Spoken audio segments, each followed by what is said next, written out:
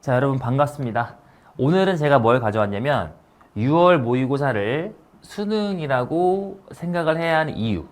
지금이 5월 중순이거든요. 6평 얼마 안 남았기 때문에 6평을 어떻게 봐야 하는가를 얘기 드리고, 요 이벤트 6평 대비 아이디 모의고사 1회분을 제가 무료로 배포하는 것들 얘기를 해 드리도록 하겠습니다.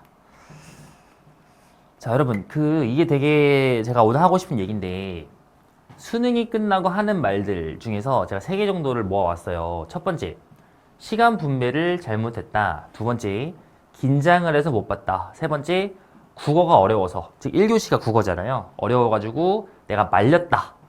그러니까 이런 것들에 대해서 우리가 무슨 생각을 할 수 있는가를 좀 얘기를 해드릴게요. 되게 중요한 말이니까.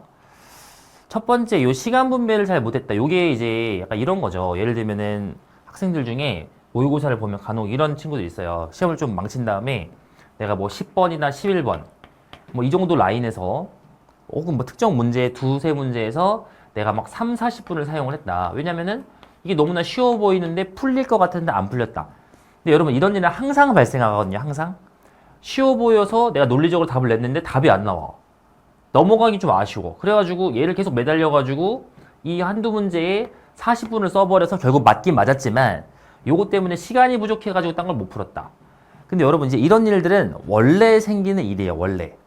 그러니까 제 오늘 하고 싶은 말을 잘 이해하셔야 되는데, 이렇게 시간 분배를 잘못했다라는 이런 것들이 어떤 말을 내포하고 있는 거냐면, 내가 만약에 이 두 문제를 과감하게 제끼고 다른 문제를 풀다가 돌아와서 맞았으면 오히려 시험을 잘 봤을 것 같다라는 거잖아요. 그쵸? 그럼 왜 그렇게 안 했냐라는 거죠. 왜? 그러니까 한 문제가 아무리 쉬워도 맡길 수 있어요, 당연히. 근데 거기서 40분씩 쓰는 거는 좀 되게 그렇잖아요. 특히 뭐 이게 뭐 엄청 어려운 문제도 아닌데. 그래서 이런 경우에 대해서 시간을 분배하는 연습을 평소에 좀 했어야 되는 건데, 평소엔 잘하다가 중요한 시험에서 뭔가 이제 이런 일들이 생겨가지고 시험을 못 보는 친구들이 있다라는 거죠. 그런 일이 발생을 안 해야 한다라는 거예요. 그러니까 제가 계속 이제 강조하는 게, 수능을 보면은 우리가 후회가 없어야 돼요. 수능에서는. 물론 어떤 시험을 볼 때 후회를 안 하게 보는 건 되게 어려운 거 저도 아는데, 최대한 내가 후회를 안 남기도록, 그러니까 적어도 내가 시험을 못 봤으면은 그냥 실력 부족이다 하고 넘어가면 제일 마음 편하거든요. 근데 이런 후회 남을 행동들이 쌓이면 애초에 내가 이거를 막을 수 있었다라는 거죠. 그래서 이제 이런 말들이 많이 있다라는 거.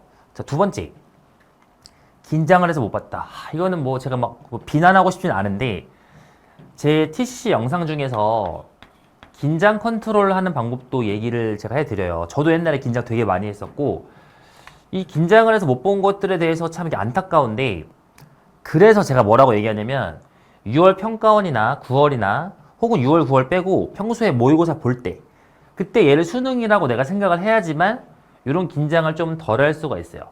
그러니까 평소에 긴장을 엄청 많이 해봐야 되는데, 아무래도 수능에서 주는 긴장감이 다르긴 하죠. 막 당일날 막 뉴스도 촬영하고 막 다 몰려와가지고 막 시험 보는데 감독관도 있고 낯선 장소에서 그러잖아요. 당연히 긴장이 되는 건 맞지만 그 안에서 긴장을 덜 하는 방법을 찾아야 되고, 그러려면 평소에 여러분께서 모의고사 보실 때 내가 지금 이 모의고사를 망하면 나는 수능을 뭐 또 본다. 뭐 재수, 삼수, 사수, N수한다. 이런 마인드로 평소에 공부하시면 돼요. 평소에. 그러면 오히려 이제 이게 적응이 돼가지고 수능 날 조금 덜 긴장할 수 있거든요. 자, 다음. 국어가 어려워서 말렸다. 그러니까 이것도 무슨 말이냐면, 이거예요. 이 말의 의미는 국어가 안 어려웠으면 수학을 더 잘 봤을 거다라는 얘기를 하는 거잖아요. 그쵸? 근데 이제 제가 하고 싶은 얘기가 뭐냐면은, 국어가 어려운 거 알잖아, 원래. 그러니까 1교시 국어가 어려워서 내가 못 볼 수 있는 건 원래 당연한 가능성이잖아요. 그거에 대해서 이렇게 말을 한다는 건, 국어가 안 어려웠으면 난 수학을 더 잘 봤을 것이다 라는 건데, 그거는 이제 국어가 어렵다라는 거 예측을 못했다라는 소리고, 그건 애초에 말이 좀 안 되는 거죠. 그냥 수학을 못 보면 못 보는 거지, 뭐 국어 때문에 말렸다 이런 일들이 안 생기게 하라는 거예요. 제 말은 안 생기게. 그러니까 평소에 내가 다양한 변수들을 다 예상을 해가지고 적어도 그런 변명은 안 나오게 해야지 내가 수능을 더 잘 볼 수 있다라는 얘기를 하는 겁니다. 지금. 자, 이것만 기억하세요. 제가 하고 싶은 얘기, 애초에 여러 변수들까지 포함된 것이 수능이다. 그래서 이런 표현 있잖아요. 집 모의고사. 집 모의고사. 집에서 모의고사를 보면 되게 잘 풀려요, 여러분. 특히 수능 같은 거 있잖아요, 수능. 이게 수능을 수많은 고2, 고1 학생들이 집에서 풀어보거든요. 그쵸? 그리고 뭐 나는 100점 나왔다, 96점 나왔다 막 자랑을 해요. 나는 겨우 고2인데 올해 수능 풀어봤더니 뭐 96점이더라. 내년엔 더 잘하지 않겠냐 막 이러는데 집에서 푸는 건 이제 긴장감도 없고 느낌이 좀 달라서 좀 이게 쳐주지 않습니다, 여러분. 이런 걸. 그래서 집 모의고사는 우리가 카운팅을 하지 않는 게 좋다라는 거. 여러 변수들까지 포함된 것이 수능이고 시험이니까 그것들을 고려하셔라 라는 얘기를 하는 거고요. 그래서 자, 이것만 기억하세요. 여러분께서 6월, 9월 모의고사를 최선을 다하고 실패란 말을 좀 쓰기 싫긴 했는데 그래도 여러분이 6월, 9월을 최선을 다하고 잘 못 보면 성장을 할 수가 있어요. 왜? 내가 노력한 것 중에 이런 노력이 있고 이런 노력이 있고 이런 노력이 있으면 이 노력은 괜찮은 노력이었고 이 노력이나 이런 방법들은 잘못된 것이다를 명확하게 알 수가 있으니까 내가 이상한 것들만 고치면 되거든요, 이렇게. 그래서 다음에 성장할 수가 있는데 적당히 하고 실패하면 애초에 이렇게 열심히 한 게 아니라 뭔가 이게 적당히 한 거예요, 적당히 이렇게. 원이 생기다 만 거죠, 지금. 적당히 하면 내가 이걸 더 했어야 되나? 이걸 더 했어야 되나? 이걸 더 했어야 되나? 이런 생각이 드니까 뭐가 문제인지를 모르는 거예요. 아시겠죠? 그래서 6월, 9월 시험 볼 때 정말 열심히 최선을 다해서 봐야 내가 나를 평가할 수가 있다라는 거죠. 자, 6월 모의고사는 어떻게 볼 것인가? 첫 번째, 시간 분배를 고민하기. 여러분, 시간이 정말 어렵잖아요. 이게 항상 우리가 수능 시험 보면은 시간이 남는 사람은 아마 거의 없을 거예요. 시간이 무조건 부족한 건데, 그래도 적어도 내가 막 쉬운 문제에서 막 30분, 40분 써가지고 시험을 망치는 그런 일은 없어야겠죠. 그래서 나만의 어떤 방식이나 루틴을 찾는 게 중요한데, 물론 이런 것도 다 정답이 없는 거예요. 나만의 루틴을 찾았다가 시험장에서 어떤 동물적인 감각으로 새로운 루틴으로 풀어서 잘 볼 수 있는 거니까 정답은 없지만 큰 틀은 있어야겠죠. 큰 틀은. 예를 들면 저 같은 경우에 어떤 시도를 해봤냐면 이제 제가 옛날에 고등학교 때 어차피 내가 3점, 2점은 무조건 맞아야 되는 거니까 2점이랑 3점을 다 푼 다음에 4점을 쭉 푸는 식으로 시험을 봤어요. 근데 이게 이제 장단점이 있는데 단점 같은 경우가 뭐냐면 그러니까 장점 같은 경우는 안전하게 맞을 수 있는 거 맞았다라는 거. 그러니까 예를 들면 내가 4점을 풀다가 시간이 끌려가지고 쉬운 2, 3점을 틀리는 그런 일은 안 생기겠죠. 단점 뭐냐면 간혹 3점 중에 문제가 안 풀리면 이제 멘탈이 나갈 수가 있는 게 아직 4점을 풀기도 전인데 3점이 안 풀리면 이거 내가 왜 3점을 못 풀지? 이래가지고 멘탈이 나갈 수도 있고 그 다음에 4점을 쭉 풀다 보면은 다 문제들이 좀 헤비하니까 좀 쉬어가는 느낌이 없는 좀 지치는 느낌 이런 게 들어서 장단점이 있더라고요. 제가 해보니까.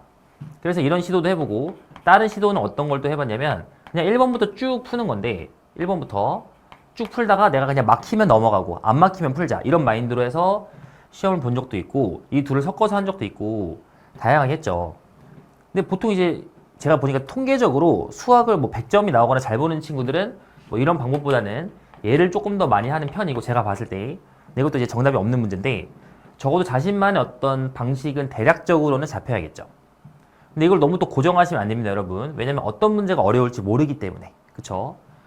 작년에 그래서 한 10월쯤에 저랑 이제 공부하던 어떤 친구가 있는데 그 친구가 저한테 물어보는 거예요. 3점을 먼저 풀어야 되느냐, 4점을 먼저 풀어야 되느냐.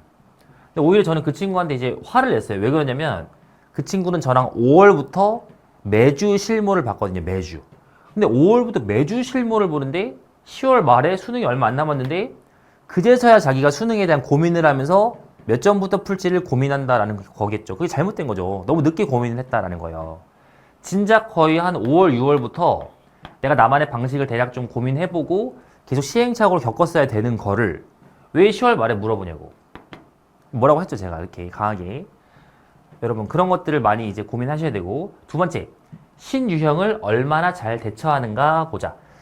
되게 중요한 게 뭐냐면 6월 평가원 같은 경우는 약간 실험적인 느낌의 시험이라서 새로운 유형이나 아니면은 문제들이 많이 나오게 되는데 이런 것들에 대해서 내가 얼마나 잘 푸는지를 잘 관찰하시고 실제로 수능은 항상 신유형이 나오거든요. 수능은 신유형이 나온다. 요 신유형을 한두 개 더 틀려가지고 등급이 내려가는 거예요. 그래서 이제 내가 유평에서 신유형을 얼마나 잘 푸는가, 만약에 많이 막히는 것 같으면 새로운 문제를 많이 푸는 공부를 계속 해야겠죠. 그러니까 내가 암기식으로 공부했는지 아닌지를 판가름할 수 있는 거예요. 내가 주입식 교육으로 암기식 교육으로 공부를 했는지 아니면 정말 정직하게 공부를 했는지를 판가름할 수가 있다. 자, 세 번째, 긴장 컨트롤 연습하기. 제가 실제로 수능 볼 때도 어떤 생각을 했냐면, 제가 MBTI가 INTP인데 이 중에 요 N이라는 게 뭡니까? 공상을 많이 하고 있지도 않은 일을 상상하고 막 그런 거 있잖아요. 저도 이 N이 좀 심해가지고 어떤 행동을 했냐면, 수능 시험장에서 지금 내가 만약에 1분 동안 문제를 안 풀고 가만히 멍 때리고 있으면 내 미래는 어떻게 바뀔까? 어떤 나비 효과가 생길까? 이런 멍청한 생각을 제가 했었거든요, 시험장에서. 그러다가 지금 시험인데 큰일 나지 이러고서 문제를 다시 풀고 막 그랬었는데, 그런 식으로 막 저도 긴장이 되니까 그런 생각이 드는 거죠, 시험장에서. 그때 제 긴장이 제일 도움이 됐던 말은, 수능 시험이 긴장이 되면 모의고사 푸는 거라고 생각해라 라는 요 문장이 제일 도움이 됐어요. 여러분께서도 이번에 6평, 9평 보면서 계속 긴장하는 연습 많이 해야 돼요. 그러니까 긴장도 느껴보고 해소하는 것도 해보고 이런 식으로 미리 해봐야 됩니다. 미리 이런 것들을. 자, 이제 저의 커리큘럼, 오늘의 메인, 저의 커리큘럼 중에서 지금 시기가 이제 5월 중순이에요. 5월 중순이면은 6월 전이잖아요. 6평 대비를 위해서 ID 모의고사가 2회가 나오게 됩니다. 2회. 자, 요것들을 제가 설명을 좀 해드릴게요. ID 모의고사. ID 모의고사는 6월 대비, 그 다음에 9월 대비, 수능 대비로 나오게 되는데, 6월 대비는 2회가 나오지만 9월이나 수능 대비는 더 많이 나와요. 왜냐면 원래 6월 이후로 문제를 많이 풀게 될 거니까. 최근 기조를 반영해가지고 만들어진 실전 모의고사. 그래서 요즘에 나오는 스타일 있죠? 옛날이랑 조금 결이 다르게 요즘에는 막 어떤 이상한 스킬 같은 게 많이 쓰이기보다는 스킬이 좀 덜 나오잖아요, 시험에. 그런 것들 다 반영해가지고 만든 모의고사고, 원래 6월 평가원은 항상 EBS가 좀 잘 나오거든요. EBS 수능 특강 문제가 잘 나오는데, 사실 이 EBS가 제대로 반영된 게 저의 그 커리큘럼 중에 지금 진행하고 있는 디덕션이라는 커리큘럼이고, 여기 EBS 변형 문제가 엄청 많이 있죠. 근데 이 모의고사에도 EBS를 토대로 문제를 많이 만들었다 라는 거. 그리고 이게 핵심인데, 어렵고 참신하기. 참신하기는 뭡니까? 신유형을 많이 넣어서 여러분께서 뭐지? 하는 느낌이 들게끔 만든 게 있고, 어렵게는 항상 이게 저의 모토인 건데, 그 솔직히 말하면 제가 느꼈을 때 요즘에 이제 요즘 세대 이렇게 말하면 또 꼰대겠죠? 그래도 요즘으로 갈수록 더 지금 고3이 작년 고3보다 더 약간 더 공부를 좀 덜 하는 것 같고, 매년 그렇게 되는 것 같아요. 그러니까 매년 학생들의 어떤 학력이 낮아지고 있는 것 같은데, 그 와중에 제 시험지가 계속 어려워지는 느낌이 있긴 한데, 그래서 이걸 버틸 수 있을지 좀 잘 모르겠지만, 그래도 여러분 100점이 목표고 1등급이 목표라면은 이런 어려운 시험을 견뎌야지만 시험을 잘 볼 수가 있습니다. 여러분 막 학원에 막 수십만 원 내고 열심히 공부해가지고 5등급 받으려고 하는 거 아니잖아요. 참고 견디면 반드시 좋은 결과가 나오는 시험이다. 그러니까 제 시험이 조금 어려워요, 여러분. 그 작년에 더 많이 어려웠는데 작년보다는 난이도가 좀 낮아진 상황이고, 그래도 좀 어렵기 때문에 여러분께서 힘들 수 있지만 이걸 버티면 잘 볼 수가 있어요. 자, 이게 이제 저희 이벤트입니다, 여러분. 이벤트 1회분을 제가 무료로 배포를 합니다. 1회분. 요것을 제 페이지에 올리게 될 예정이고, 그러니까 다음 주니까 5월 19일 좀 넘어서 그쯤에 마지막 전주겠죠? 5월 마지막 전주에 제 모의고사를 풀어보실 수가 있고, 해설 강의나 이제 봉투 형태 모의고사는 따로 신청을 하셔야지만 볼 수가 있습니다. 적중의 즐거움. 이건 이제 작년 수능, 그러니까 2025 수능이죠. 수능 당일날 이제 제자들이 보낸 카톡인데, 뭐 그냥 간단하게 말하면 제가 만든 모의고사랑 그냥 수능이랑 되게 비슷했던 게 많더라. 적중을 많이 했다. 이런 얘기를 하는 것이고, 자, 요게 좀 중요한 얘기인데, 요번에도 여러분 5월 모의고사 보시면 22번 있잖아요. 점화식 나왔죠? 근데 이거 어땠습니까, 여러분? 정답률이 매우 안 좋았어요. 애초에 점화식이 좀 어렵게 나오면 고려를 해야 될 게 많기 때문에 정답률이 많이 내려가죠.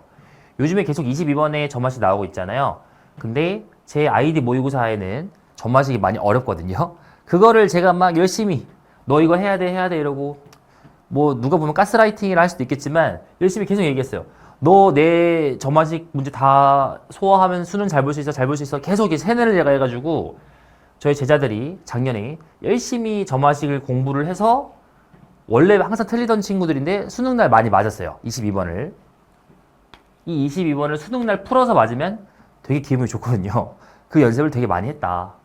어려운 시험으로. 자, 아시겠죠? 6평 대비는 아이디 모의고사 연습을 실전처럼 어렵게 제가 도와드리겠습니다.